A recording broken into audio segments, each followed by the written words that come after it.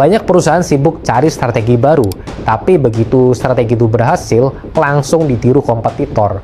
Jay Burney, seorang profesor di bidang strategic management dari University of Utah, Amerika Serikat, berpendapat bahwa masalahnya bukan di strateginya, tapi di fondasinya.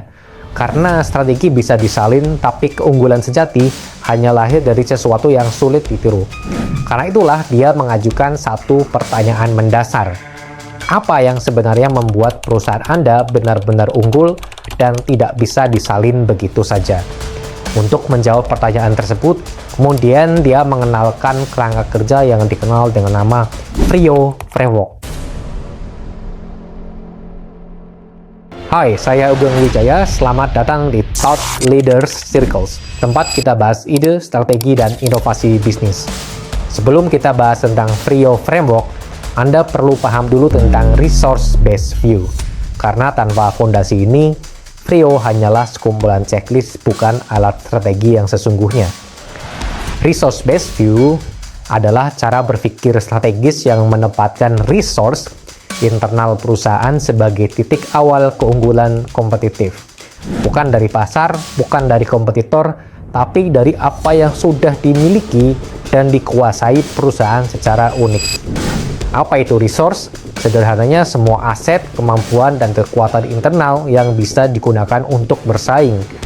Aset sendiri ada dua jenis, tangible asset seperti modal, teknologi, sistem distribusi, atau pabrik. Intangible asset seperti reputasi merek, budaya perusahaan, paten, relasi dengan pelanggan, hingga kepemimpinan tim dalam manajemen. Jay Burney berpandangan bahwa kekuatan sumber daya internal yang unik dan sulit ditiru jauh lebih menentukan posisi kompetitif daripada faktor eksternal seperti tren pasar dan industri. Setelah memahami resource-based view, sekarang kita masuk ke alat utamanya, Frio Framework. Frio adalah akronim dari 4 elemen penting yang digunakan untuk mengevaluasi apakah sebuah resource bisa menjadi keunggulan kompetitif. V artinya value, apakah sumber daya ini bernilai. R artinya rarity, apakah langka. I imitability, apakah sulit ditiru. Dan O organization, apakah perusahaan siap memanfaatkannya. Elemen pertama, value. Kita mulai dari elemen pertama dalam Frio, value. Pertanyaannya sederhana, apakah sumber daya ini menciptakan nilai bagi perusahaan? Bernilai artinya resource tersebut membantu perusahaan menangkap peluang, mengurangi ancaman, atau menciptakan keunggulan yang relevan di pasar. Kalau tidak menciptakan dampak nyata, maka itu bukan kekuatan strategis, hanya beban operasional. Contoh nyata, Amazon. Mereka membangun sistem logistik internal yang sangat efisien, warehouse otomatis, supply chain yang terintegrasi, dan teknologi prediksi permintaan. Semua itu adalah resources yang menciptakan nilai karena mempercepat pengiriman, menurunkan biaya, dan meningkatkan kepuasan pelanggan. Tanpa sistem itu, strategi prime delivery tidak akan bisa berjalan. Contoh lain, Netflix. Dia memiliki algoritma rekomendasi yang membuat pengguna tetap menonton lebih lama. Itu bukan sekedar fitur, itu resource yang menciptakan nilai bisnis lewat engagement dan retensi. Intinya sederhana, kalau resource tidak membantu perusahaan menjawab kebutuhan pasar atau membedakan diri dari pesaing, maka nilainya rendah. Dan kalau tidak bernilai, kita tidak perlu lanjut ke tahap berikutnya dalam Frio. Bagian kedua, rarity. Sekarang kita masuk ke elemen kedua dalam Frio, rarity. Setelah kita tahu sebuah resource bernilai, pertanyaan selanjutnya adalah apakah resource tersebut langka? Artinya, apakah hanya sedikit atau bahkan tidak ada pesaing yang memiliki sumber daya serupa?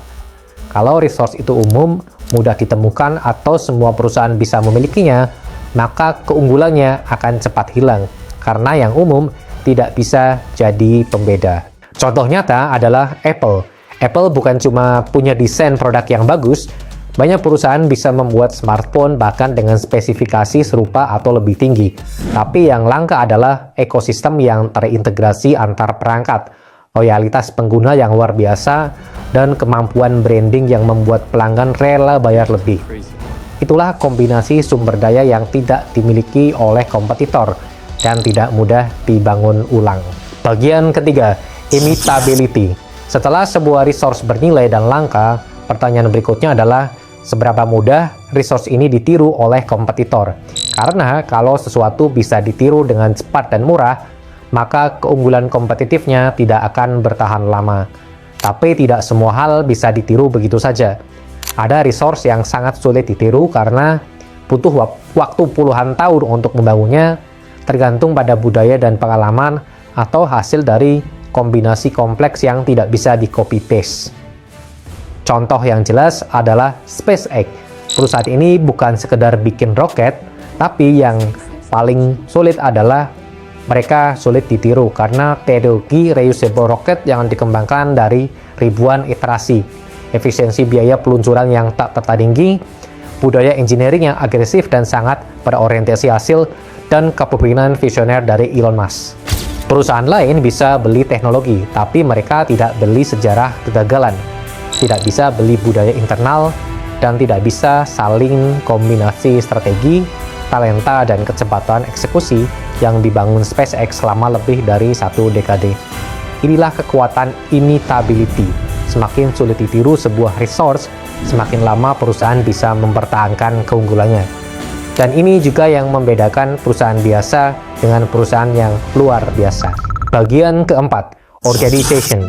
Setelah resource Anda bernilai, langka, dan sulit ditiru, pertanyaan terakhir adalah, apakah organisasi Anda sudah siap memanfaatkannya?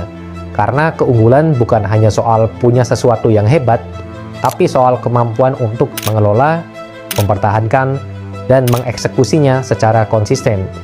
Organization bukan sekedar struktur, tapi menyangkut apakah strategi dan proses internal selaras, apakah SDM dan budaya kerja mendukung, apakah organisasi cukup adaptif dalam menghadapi perubahan.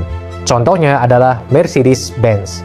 Mercedes bukan hanya salah satu pionir dalam industri otomotif, tapi juga simbol konsistensi kualitas dan inovasi selama lebih dari 1 abad.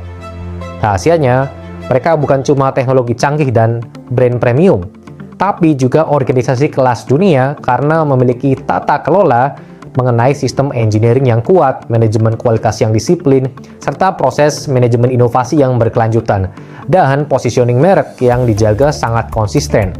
Hasilnya, Mercedes tetap relevan bahkan di era elektrifikasi dan mobil pintar. Karena organisasi mereka siap menghadapi masa depan. Itulah kekuatan dari elemen organization. Tanpa eksekusi internal yang kuat, keunggulan hanya akan jadi potensi, bukan realitas. Bagian kelima, cara membaca alur Frio Framework. Bayangkan Anda sedang menguji satu resource penting dalam bisnis Anda, entah itu teknologi, brand, paten, atau SDM unggulan. Frio membantu kita menjawab 4 pertanyaan penting secara berurutan.